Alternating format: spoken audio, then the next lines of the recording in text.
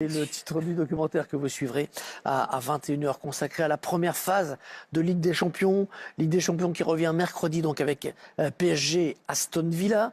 Mais ce sera aussi la Ligue des Champions mardi avec un Arsenal Real Madrid qui fait bien envie et que Mbappé et les Madrilènes vont aborder avec une confiance mitigée.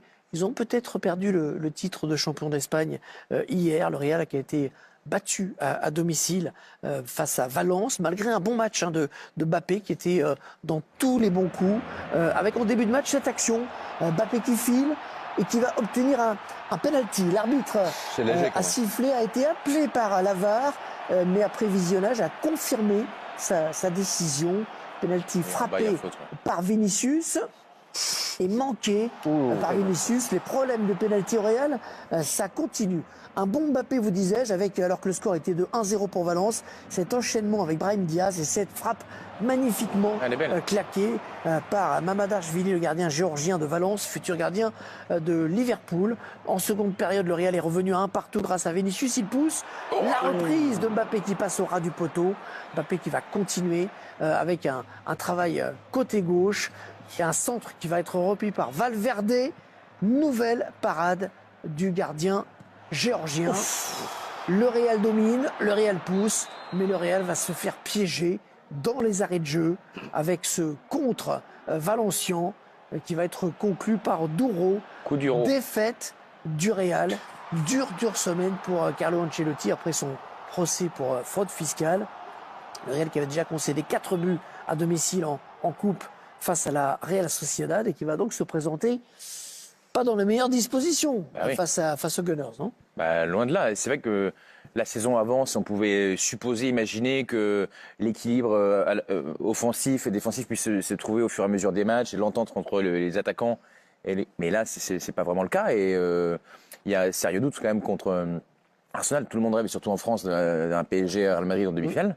On n'y est pas encore, surtout pour le Real Madrid qui, je trouve, affiche des faiblesses. Et c'est la force que dégageait cette équipe-là depuis des années, on ne la retrouve pas. Donc peut-être sont-ils capables d'allumer la lumière à un moment donné, mais là, heureusement pour eux, Barcelone a fait match nul à domicile. Oui. Ils auraient pu enfoncer le clou et quasiment les éliminer pour la course au titre de champion d'Espagne.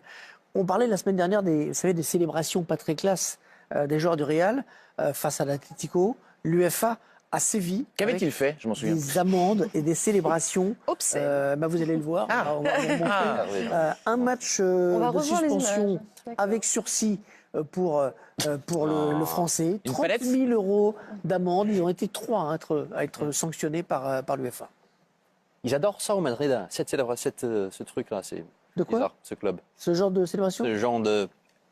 Non, mais le match avec sursis, c'est... Oui, c'est... Non, mais disons qu'au moins, peut-être qu'ils ne vont pas recommencer. Moi, je préfère ça que l'argent, en fait. Le montant des amendes, s'agissant de joueurs qui gagnent des millions par mois, est pas extrêmement dissuasif. Convenons-en, comme 30 000 € pour vous, c'est pas grand-chose, mais pour nous, ça peut être un peu d'argent. Mais pour Mbappé, 30 000 balles, sachant que c'est probablement le club qui va le payer en plus. Non, mais ce qui serait judicieux. Rater un match, par contre... mais il faut le refaire pour ça. Oui, mais ça veut dire que c'est dissuasif. Le but de la sanction, c'est qu'ils ne le refassent pas. Après, les amendes, si tu veux être intelligent, tu peux aussi les mettre pour faire quelque chose de bien pour le... Après, là, c'est pour l'association de l'UEFA. Voilà, non, mais c'est pour ça que je te dis, c'est un peu bête. Ils n'ont pas tous les mêmes amendes, d'ailleurs, en fonction de certains ont 20 000, 20 ou 30. Voilà. Bon, en tout cas, il sera là mardi soir. Ils seront tous là mardi soir face à Arsenal. Les Gunners qui jouaient à Everton ce week-end. Aussi, c'est mitigé. Un peu mitigé avec Bukayo Saka, qui n'avait pas encore joué en 2025, qui est entré, qui a marqué en fin de match, en milieu de semaine, qui a joué une mi-temps, la deuxième... hier, justement, lors de cette rencontre à Everton. Et la mauvaise nouvelle, c'est la blessure de Gabriel, qui était sans doute le meilleur joueur d'Arsenal cette saison, le défenseur central, qui va être absent de longues semaines et qui ne sera pas là face au Real Madrid. Et ça, c'est un énorme coup dur pour Mikel Arteta. Et Gabriel, l'ancien Lillois. On a vu qu'Aston Villa avait battu Nottingham Forest 2-1. Proposition.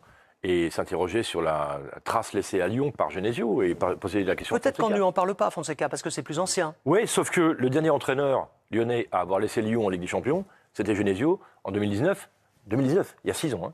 Il y a des mots des fois un peu désobligeants sur Genesio. On parle souvent d'éducateur. On a l'impression, chaque fois qu'il arrive quelque part, qu'il bénéficie du travail de ceux qui étaient avant. Ben non, partout où il passe, il fait du bon boulot. Qu'on aime ou qu'on n'aime pas ses choix tactiques, qu'on soit dans ses petits papiers ou pas en tant que joueur, je pense qu'il faut regarder de manière très pragmatique ce que fait Genesio. Et il fait partie des très bons tacticiens français. Donc il a raison à un moment de taper du poing sur la table. Vous, Clément, vous avez essayé de lire entre les lignes dans ce qu'il disait Bruno Genesio. Oui, c'est la première fois que je le vois parler comme ça et de se mettre en avant. Et je pense qu'il a totalement raison. On parle de Pat Fonseca ou de Pat de Zerbi ou de Pat d'autres entraîneurs étrangers qui nous apportent aussi des choses dans notre championnat. Mais aujourd'hui, on ne parle pas de la Pat Bruno Genesio ou d'autres entraîneurs français. C'est je ça pense qui qu'il a l'énerve, voulu. le fait qu'on glorifie les entraîneurs étrangers. Je ne sais pas si c'est ça exactement, parce qu'il y a une forme de respect. Et Fonseca est un très bon entraîneur, et il le dit lui-même. Mais je pense qu'il a envie, et il a envie d'entendre aussi les gens parler des tactiques françaises, des entraîneurs français et du niveau des entraîneurs français aujourd'hui. Et moi, je suis persuadé qu'au-delà de se défendre ou essayer de se mettre en avant, parce que c'est pas quelqu'un qui se met en avant, mais c'était aussi pour mettre en avant le football français, les entraîneurs français, et que comme quoi les entraîneurs français ont des réflexions tactiques autant que les entraîneurs étrangers. Vous l'aimez, même si c'est lui qui ne vous a pas retenu à Lyon, hein, je crois, en 17-18. Oui, j'adore Bruno, c'est un entraîneur que j'apprécie énormément, je le connais depuis que j'ai 17 ans et on a évolué ensemble. Vous l'aimiez autant en 2017-18 quand il ne vous a pas retenu? Oui, bon après c'était, on va dire, des différents, mais aujourd'hui c'est un entraîneur que j'apprécie et on doit respecter son travail parce que partout où il est passé, comme l'a dit Geoffroy, il a réussi et il a réussi à jouer à la Coupe d'Europe partout où il a été en étant Lyon, meilleur à Lille entraîneur et à Rennes. avec des équipes offensives et spectaculaires également. On parle Ligue 1. La commission de discipline rendait hier soir son verdict concernant les incidents de Montpellier-Saint-Etienne et le Paris Saint-Germain Olympique de Marseille. Montpellier, là où le match avait été arrêté à la 63e minute contre Saint-Etienne à cause d'un début d'incendie en tribune, alors que Saint-Etienne menait 2-0, à match perdu et tribune fermée jusqu'à la fin de saison. Ça, c'est là le premier verdict. Le deuxième, le PSG, là où des chants homophobes et des banderoles insultantes envers Adrien Rabiot et sa mère ont jailli de la tribune Auteuil, a été condamné à une simple fermeture partielle de la tribune Auteuil pour un match, ce qui vous énerve au plus haut point, Geoffroy.